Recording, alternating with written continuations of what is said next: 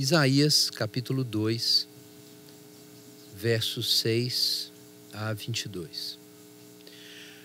Tu rejeitaste o teu povo, a linhagem de Jacó, porque ele está cheio de feitiçaria que vem do leste. Pratica adivinhações como os filisteus e faz aliança com os filhos dos estrangeiros. A sua terra está cheia de prata e ouro e seus tesouros são inesgotáveis. A sua terra está cheia de cavalos e os seus carros são incontáveis. A sua terra também está cheia de ídolos. Inclinam-se diante da obra das suas mãos, diante do que seus dedos fabricaram.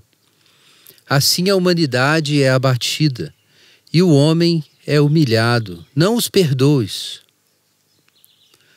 Entra nas rochas e esconde-te debaixo da terra, diante da presença aterrorizante do Senhor e da glória da sua majestade. Os olhos arrogantes do homem serão abatidos, e a sua arrogância será humilhada, e só o Senhor será exaltado naquele dia.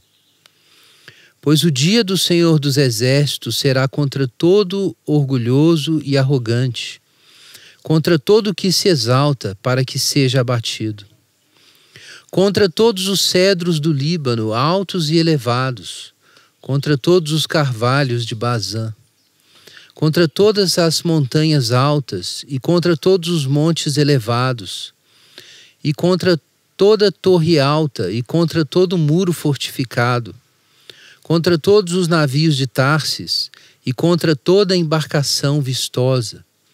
A arrogância do homem será humilhada, e o orgulho humano será abatido, e só o Senhor será exaltado naquele dia.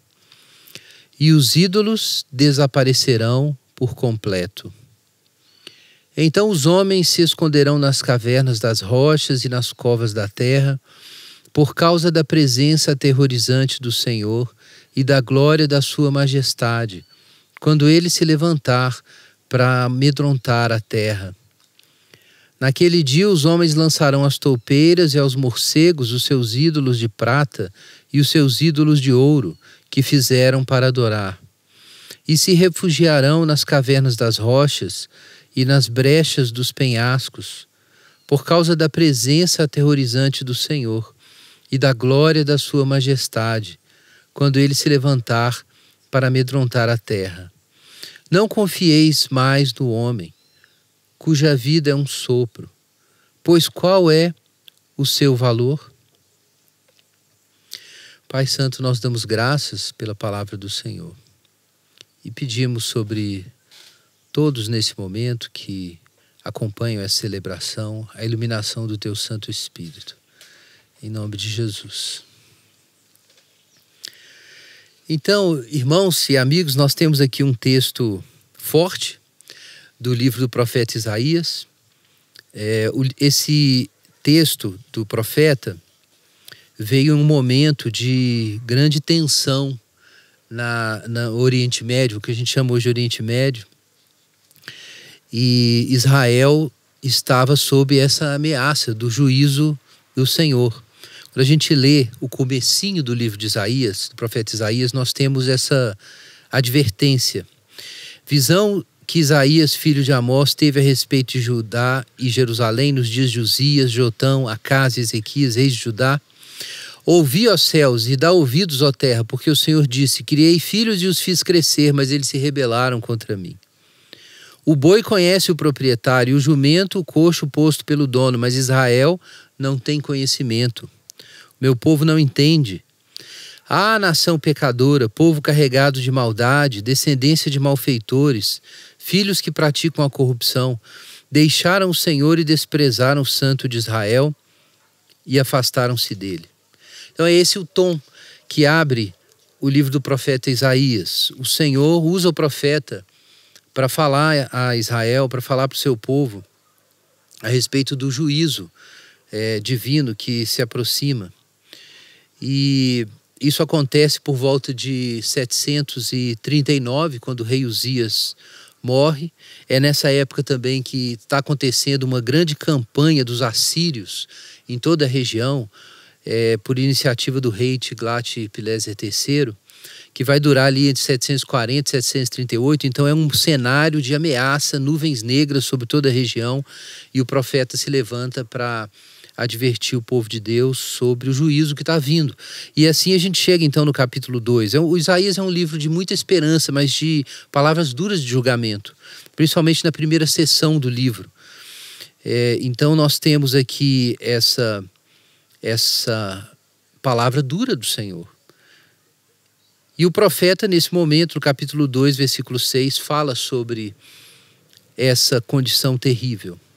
O povo foi rejeitado por Deus, a linhagem de Jacó foi rejeitada, porque o povo está cheio de feitiçaria, que vem do leste e pratica adivinhações como os filisteus e faz aliança com os filhos dos estrangeiros. Então esse é o tom da palavra ameaçadora que a gente encontra aqui no capítulo 2. E o tema, como a gente pôde ver na leitura, é certamente esse, a idolatria. O fato de que o povo recorre a feitiços, a adivinhações, a alianças com outros povos, ao invés de colocar sua confiança no Senhor, esse é o grande problema que o profeta Isaías ataca nessa palavra profética. É um povo que tem muita riqueza, mas muita idolatria. E é muito interessante o que significa essa idolatria no nosso texto. Ele vai falar sobre isso no versículo 18, Deus está em guerra contra os ídolos, mas aqui nos versos 6 até 9, está muito clara a natureza dessa idolatria. O que está errado com essa religião? O problema é simplesmente ter uma outra religião em relação à religião judaica? É mais do que isso. A questão é que a própria condição humana é ferida por uma religiosidade que espera ser capaz de controlar a própria divindade. Porque é assim que funcionavam essas religiões. Era muito comum, naquela época, as pessoas terem, naturalmente os povos e as cidades-estado tinham seus deuses, os deuses protetores, e no templo principal havia sempre uma imagem daquela divindade, geralmente feita de barro ou de madeira, mas ela era sempre pintada com prata, com ouro, muito bonita, e acreditava-se em cerimônias que essas imagens eram muitas vezes possuídas pela própria divindade. Então, naquelas condições, podia-se solicitar à divindade auxílio, mas também fazer feitiços e induzir a divindade a certas coisas. E até mesmo feitiços para ameaçar a divindade.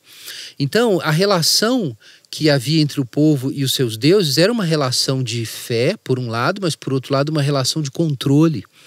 Daí essa noção clara de que a rejeição do povo que entrou nesses cultos falsos é por causa de feitiçarias, adivinhações e alianças. O que a gente vê aqui é que são expedientes. Expedientes construídos pelo homem para garantir a si mesmo segurança e trazer ordem para a cidade, trazer ordem para o país, trazer ordem para a vida ordinária. Então, essa é a polêmica de Deus com os ídolos. É que os ídolos são fabricações. Nem tudo em religião é verdadeiro. Existe a experiência verdadeira com o Deus verdadeiro, mas existem as fabricações. E as fabricações são expedientes que os homens usam para legitimar o seu modo de vida e para supostamente controlar o seu destino. E é muito importante entender esse ponto. Os ídolos são divindades domesticadas. Divindades que fazem exatamente o que nós esperamos, porque nós a colocamos lá para isso. O povo de Israel ficou muito tempo, logo no início da sua jornada, preso numa nação que os escravizou usando a religião. E todos sabem a história de Israel no Egito, todo mundo já ouviu essa história. E nessa história de Israel no Egito, nós entendemos ali que todo o sistema de autoridade e escravização do faraó estava baseado na religião, no sistema de divindades que legitimava tudo o que estava acontecendo e legitimava inclusive a escravidão. Então Deus envia Moisés, está relatado em Êxodo capítulo 3, envia Moisés para tirar o povo do Egito, para que o povo adorasse no deserto e na terra prometida, para onde eles iriam. E a gente sabe muito bem que Faraó resistiu, seu coração se endureceu. E com isso Deus enviou pragas, 10 pragas sobre o Egito. E essas pragas culminam com a grande praga, que foi a morte dos primogênitos. Isso está relatado em Êxodo 12. E eu vou ler ali, é muito interessante como é que Deus ordena ou dá as ordens a Moisés a respeito do que ele deveria fazer. Então, Êxodo capítulo 12, você pode ver na sua Bíblia, versículos 12 e 13, nós encontramos o relato desse último momento em que o povo vai ser libertado do Egito. Então Deus dá ordens no capítulo 12 de que a Páscoa seja celebrada e o sangue do cordeiro seja passado nos umbrais, nas portas, para que o povo seja protegido do destruidor, do anjo destruidor.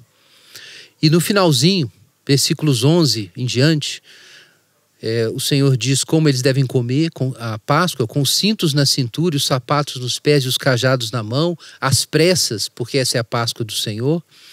Porque naquela noite passarei pela terra do Egito e ferirei de morte todos os primogênitos da terra do Egito, tanto dos homens como dos animais, e executarei juízo sobre todos os deuses do Egito. Eu sou o Senhor. Então eu quero chamar a atenção para um ponto, irmãos, que é o de que quando Deus enviou aquelas pragas sobre o Egito, antes de fazer o povo sair do Egito e passar pelo Mar Vermelho para poder adorá-lo no deserto, Deus não estava apenas julgando os homens ou apenas julgando o Egito. Ele estava julgando os deuses do Egito. Cada um dos deuses do Egito era representado por uma das forças naturais que os egípcios honravam. Eles adoravam o Nilo, eles adoravam o sol, eles adoravam o faraó, e foi a última divindade. Então todos os deuses do Egito foram humilhados naquelas pragas. E de repente o Egito foi posto de joelhos e descobriu que ele não tinha controle da história, que ele não tinha controle do mundo, controle de si mesmo, que ele não tinha legitimidade para escravizar ninguém. Então Deus quebra a espinha do Egito quando ele quebra os deuses do Egito. E ele quebra com aquelas pragas. E aí o povo então é libertado e eles podem sair e podem adorar a Deus no deserto e podem se dirigir à terra prometida. E assim começa a Páscoa. E por essa coincidência irônica, nós estamos exatamente nesse ponto, às portas da Páscoa, em que nós vamos lembrar a saída do Egito, que teve seus ídolos feridos por 10 pragas, seus deuses desmascarados por 10 pragas. E é impossível não lembrar que nós estamos nesse momento contemplando de novo um juízo divino na história. Eu não sei quais são os propósitos de Deus com essa pandemia. Eu não sou Deus e não faço ideia do que Deus está fazendo. O que eu posso dizer é que são falsos os profetas que dizem que Deus não tem nada a ver com essa pandemia. Isso é falsa profecia. Isso não está de acordo com as Escrituras, com a palavra de Deus, que ensinam claramente a providência divina e a soberania de Deus sobre todas as coisas. É o que diz o primeiro artigo do Credo Apostólico, um dos artigos mais antigos da fé cristã, um dos documentos, símbolos de fé mais antigos. Creio em Deus Pai, Todo-Poderoso, Criador do céu e da terra. Você não pode realmente crer em Jesus, que é o que diz o segundo artigo, se você não crê que Deus, o Pai, o Criador, é o Todo-Poderoso. Então Deus dirige tudo, nós não sabemos por que Ele está fazendo isso. Mas nós sabemos pelo menos uma das coisas, que é o que está revelado para nós, não os propósitos específicos, mas a gente sabe que nas provações, e isso está por toda a Escritura, Deus julga os ímpios e disciplina o seu povo. Isso a gente sabe. Isso é, por assim dizer, o feijão com arroz da interpretação cristã da história. E evidentemente, Deus está julgando o mundo nesse momento. Não significa que isso não estivesse acontecendo antes, em vários lugares. Mas eu quero chamar a atenção para o âmago do que significa, o aspecto moral e religioso desse julgamento. É que o que Deus fez em Israel, no Egito, foi humilhar os deuses do Egito. A batalha do Senhor era, em primeiro lugar, contra os deuses do Egito. E é importante nós lermos teologicamente a história. Nós não sabemos, no caso de cada indivíduo, o que está acontecendo. Alguns estão sofrendo agora e vão sofrer como Jó sofreu, eles não têm culpa. Outros vão receber disciplinas divinas ou tratamentos divinos por causa da sua história pessoal. Só Deus sabe exatamente como o remédio está sendo medido no caso de cada pessoa. E sendo todo-poderoso, Deus decide quem vai viver e quem vai morrer, quem vai perder e quem vai ganhar. Não quero entrar nesse mérito. Eu quero chamar a atenção para a polêmica divina com os falsos deuses. Porque eu tenho para mim que, como Deus humilhou o Egito, humilhando seus falsos deuses, não é isso que Deus está fazendo hoje, enquanto a gente se prepara também para a Páscoa? Não é essa praga uma praga divina que nos deixa nus, que mostra como nós dizemos que somos éticos, mas não somos, que a nossa política é boa, mas não é, que a nossa escolha política é boa, mas na verdade a gente descobre que ela não é tão boa assim. O poder do Estado está sendo questionado, a capacidade da ciência foi levada aos limites, da medicina. Eu não quero de forma alguma negar que essas coisas sejam boas. Então eu quero deixar claro aqui que a ordem social é uma coisa de Deus, a justiça é uma coisa de Deus, existirmos em um sistema democrático, eu entendo, é uma coisa de Deus. Nós termos ciência moderna e medicina, tudo isso é de Deus. Mas o que são os ídolos? Os ídolos são dádivas divinas que nós separamos do doador. É isso que forma os ídolos. É assim que nós construímos os ídolos. Nós tomamos uma coisa boa que Deus nos deu e nós nos esquecemos de Deus e nos tornamos obcecados por essas coisas. Porque nós entendemos que não podemos controlar a Deus, mas podemos controlar essas coisas. E começamos então a controlar pensar que controlamos o nosso destino. E aí colocamos muita confiança na informação, na educação, no caráter dos homens, no sistema político, na ciência, no sistema econômico, no emprego, que é bom o emprego que a gente tem, na saúde. A gente pode colocar confiança em várias dessas coisas.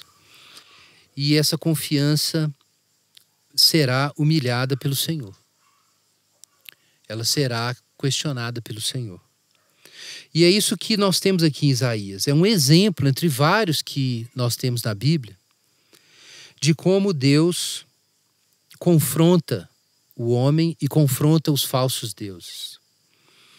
Vejam que nesse caso nós temos um povo que copia a falsa religião dos povos vizinhos, com a sua expectativa de que é possível controlar o seu próprio destino, com adivinhações e feitiços. E a terra então está cheia de ídolos e eles se curvam, e isso chama atenção, diante das obras das suas mãos e do que os seus dedos fabricaram. O que é que a idolatria esconde? A nossa expectativa de controle. Com a graça de Deus, nós criamos a medicina. Mas aí nós colocamos a medicina no lugar de Deus, porque a medicina nós aparentemente controlamos. Então Deus vai nos humilhar repetidamente. E isso se aplica a outros recursos que nós temos. Toda vez que nós confiamos e nos ajoelhamos diante de alguma coisa que nós fizemos, isso é idolatria. Então o nosso texto denuncia duas vezes que Deus vai julgar a idolatria. Os olhos arrogantes do homem serão abatidos e a sua arrogância será humilhada, e só o Senhor será exaltado naquele dia. Pois o dia do Senhor dos Exércitos será contra todo orgulhoso e arrogante e o que se exalta para que seja abatido. E diz o verso 17, a arrogância do homem será humilhada e o orgulho humano será abatido, e só o Senhor será exaltado naquele dia.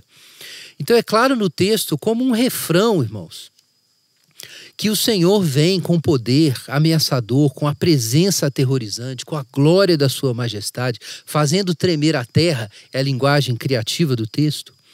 Mas o que ele quer nos dizer é que Deus vem para humilhar os homens e a sua ilusão de controle. E é por isso que Deus quebra os ídolos, para revelar o que está por trás do movimento idolátrico, que é a tentativa de controlar a própria vida, a arrogância, a autoconfiança dos homens. Então nós externalizamos o nosso orgulho, a nossa autoconfiança, a nossa expectativa de sermos independentes de Deus, exatamente criando ídolos. E quando a gente se prostra diante desses ídolos, na verdade nós estamos cultuando a nossa própria autoconfiança. Então, qual é a resposta do Senhor para isso? Quando ele se manifestar, diz o verso 18, os ídolos desaparecerão por completo. Como Deus lançou pragas para quebrar os deuses do Egito, para humilhar os deuses do Egito, então Deus envia pragas ao longo da história para destruir os deuses dos homens, a despeito da sua teimosia. A gente vê como na Primeira e Segunda Guerra Mundial, o mito do progresso humano foi humilhado. Isso não significa que essa divindade não seja ainda honrada. Ela é honrada, mas ela foi humilhada naquele momento. E em outros momentos, esses juízos divinos vêm para que Deus destrua os ídolos. No capítulo 2, verso 19 em diante, nós vemos que o Senhor então se levanta e amedronta os homens com a sua glória. E uma das versões traz que ele faz tremer a terra, como quando exércitos com grande número de carros e soldados se aproximavam de uma cidade, e os egípcios gostavam de falar nisso, que ali era a divindade fazendo tremer a terra para fugir os inimigos. Então é uma linguagem do mundo antigo. Deus está vindo com sua presença, seu terror, seus exércitos e fazendo tremer a terra. E nesse momento em que os homens de repente descobrem que os seus feitiços e artimanhas não são suficientes, diz o verso 19, então eles vão se esconder nas rochas e fendas da terra. E diz o verso 20 que eles lançarão às toupeiras, aos ratos e morcegos, seus ídolos de prata e seus ídolos de ouro, que fizeram para adorar suas riquezas, mencionadas no capítulo 2, verso 7, que eram, na verdade, ídolos. Então, o que Deus quer no fim é que os homens abandonem seus ídolos. Porque quando o homem abandona o seu ídolo, entrega aos morcegos e ratos, nesse momento ele abandonou a sua arrogância, ele abandonou sua autoconfiança. E esse é exatamente o ponto do último verso, verso 22. Não confieis mais no homem. O que está escondido por trás dos ídolos? A nossa autoconfiança. É isso que se esconde atrás dos ídolos. Nós confiamos nos ídolos, mas são coisas que nós fabricamos. O que está escondido por trás dos ídolos é o orgulho, a híbris, a expectativa dos homens de que eles dão conta do seu destino e de si mesmos. Então vejam como o texto bíblico fala que o Senhor se levanta contra todo o que se exalta para que seja abatido. E os cedros do Líbano, e os carvalhos de Bazã, e as montanhas altas, e a torre alta e o muro fortificado, e os navios, sistemas de defesa. Então vejam que os cedros se tornam gravetos, as montanhas se tornam morros, as torres e muros se tornaram folhas de papel, os navios se tornaram canoas. Todos os recursos de defesa são nada. Irmãos, não é isso que nós estamos vendo hoje. Em muitos momentos isso acontece, mas eu chamo atenção para esse momento.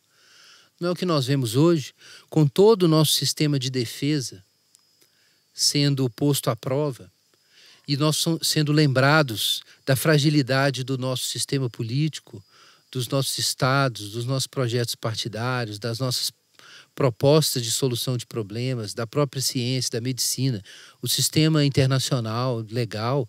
A gente tem até mesmo países lutando uns com os outros comercialmente para obter produtos e se proteger. E a economia entrando em colapso ou em risco de entrar em colapso. Então, vejam, todas essas coisas nós temos que lutar para reparar.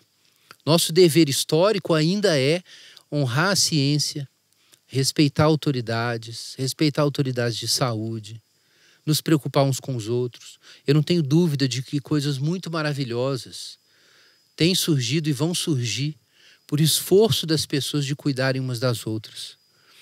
Mas nós não aprenderemos a lição se nós não nos tornarmos humildes nesse processo. Se nós não aprendermos a deixar a autoconfiança, para a gente não entrar no que o Ernest Becker chama de neurose narcísica, ou não permanecer nessa neurose narcísica moderna, como ele fala no livro A Negação da Morte, que é essa tentativa do homem de se imaginar imortal, divino, superpoderoso, capaz de construir um escudo de proteção inexpugnável. Não existem torres, nem navios, nem montanhas, nem construções que resistam à invasão divina. Não existem. E eu quero chamar a atenção para isso porque nós estamos chegando na Páscoa, irmãos. Nós estamos nos aproximando da Páscoa. Na Páscoa nós vamos nos lembrar que o povo de Israel foi livrado do Egito para adorar a Deus no deserto. Que Jesus é o Cordeiro Pascal. Que através do batismo nós somos tirados do Egito, que é o sistema do mundo sem Deus, e temos esperança da ressurreição dos mortos, que é a nossa Canaã vindoura. Mas o processo de sair do Egito é doloroso. Ele envolve pragas, provas, testes, atos divinos que revelam a nossa condição, revelam a condição do homem, revelam a condição do mundo, revelam que o mundo é, ou de que forma o mundo é um Egito. E eu gostaria que nós não perdêssemos essa oportunidade que nos é dada nesse momento. Nós temos, nesse momento histórico, a oportunidade de pensar nisso. Eu não quero de forma alguma dizer que todos os que creem em Jesus Cristo vão ser livrados da morte física ou de sofrimentos financeiros e físicos por conta dessa doença.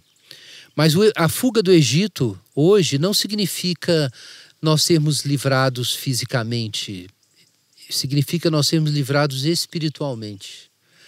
Que esse momento seja, essa quarentena quaresmal, seja a oportunidade para cada um de nós de aceitarmos a humilhação dos deuses falsos, dos ídolos, que a gente seja grato a Deus por todas as suas dádivas, mas não separe as suas dádivas do doador, que é o Senhor.